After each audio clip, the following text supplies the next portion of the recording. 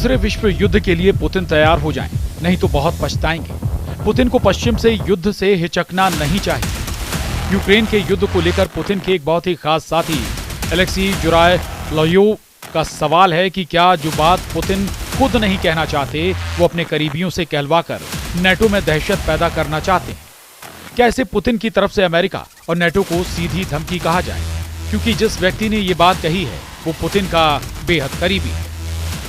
रूस में संसद की रक्षा समिति के उप प्रमुख और सीनियर सांसद एलेक्सी जुरायलोव ने कहा है कि देश के नौजवानों को अगले 3 सालों में विनाशकारी विश्व युद्ध का सामना करने के लिए तैयार रहना चाहिए।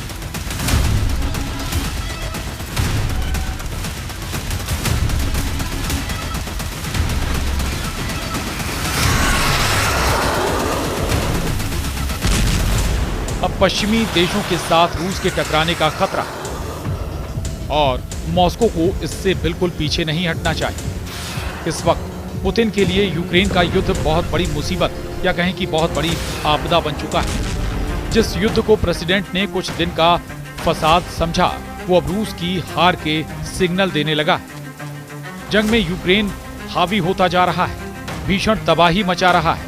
रूस में घुसकर यूक्रेन युद्ध को अपने हिसाब से लड़ने लगा है और पुतिन के पास इस वक्त आगे बढ़ने के अलावा कोई रास्ता नहीं, क्योंकि अब नेटो की मदद से यूक्रेन ने पुतिन को बड़े जख्म देने शुरू कर दिए हैं।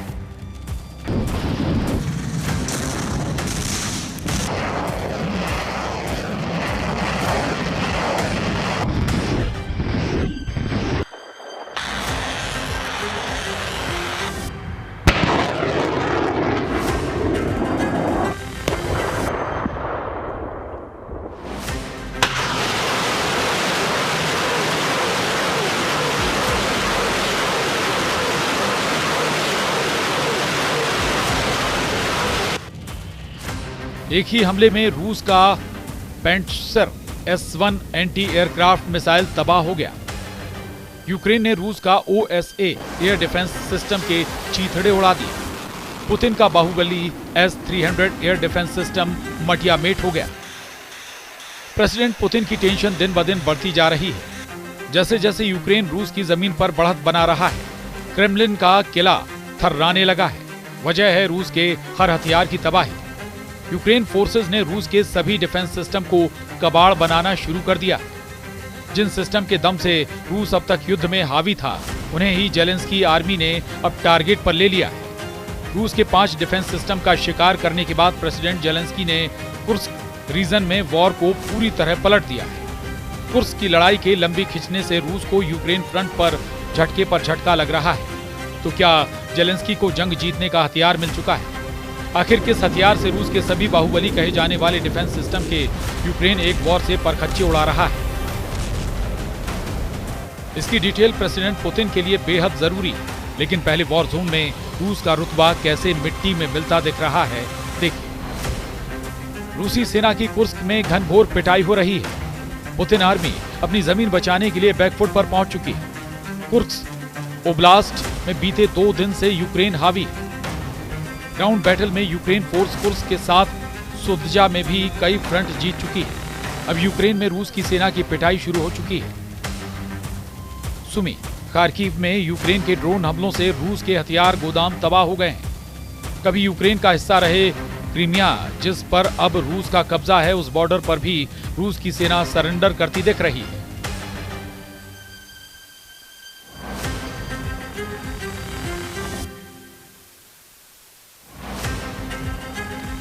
कुर्स्क में रूस का सबसे बुरा हाल है, जहां यूक्रेन ने एक बफर जोन बनाकर रूसी सेना की घेरेबंदी कर लाशें बिछा दी हैं।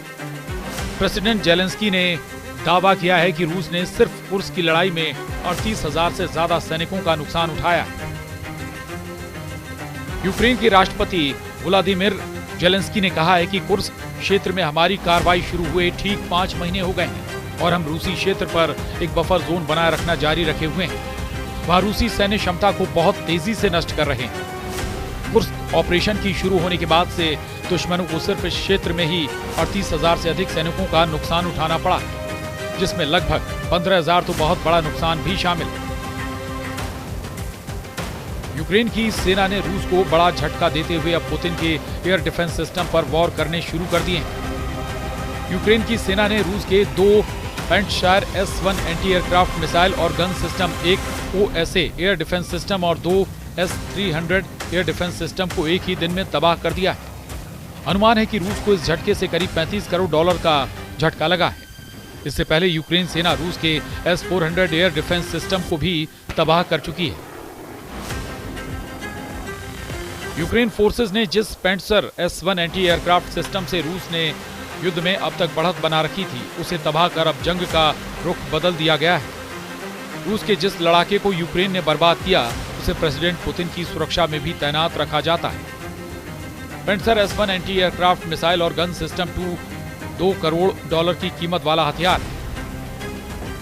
रूस इस सिस्टम को बेहद संवेदनशील इमारतों, महत्वपूर्ण संस्थानों, राष्ट्रीय मूल की जगहों और व्यक्तियों की हिफाजतों के लिए करता है, जिसका असली नाम SA-22 ग्रेहाउंड है, लेकिन पेंटसर इसका पॉपुलर नाम है।